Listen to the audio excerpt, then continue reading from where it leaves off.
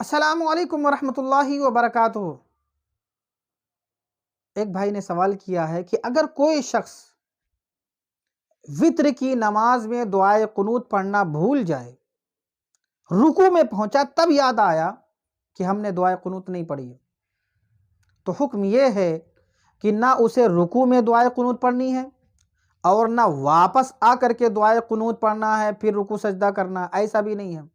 آگے کی وہ نماز پوری کرے، آگے کی وہ نماز پوری کرے اور نماز پوری کرنے کے بعد میں اخیر میں سجدہ سہو کرے۔ اور اسی کے ساتھ ساتھ ایک بات یہ بھی میں بتاتا چلوں، اگر کوئی ایسا شخص ہے کہ جسے دعائے قنوت ہی نہیں یاد ہے تو وہ کیا کرے؟ دعائے قنوت ہی نہیں یاد ہے تو کیا کرے؟ تو اس کے لیے یہ اجازت ہے کہ پڑھے ربنا آتینا فی الدنیا حسنہ وفی الآخرۃ حسنہ وقنا عذاب النار۔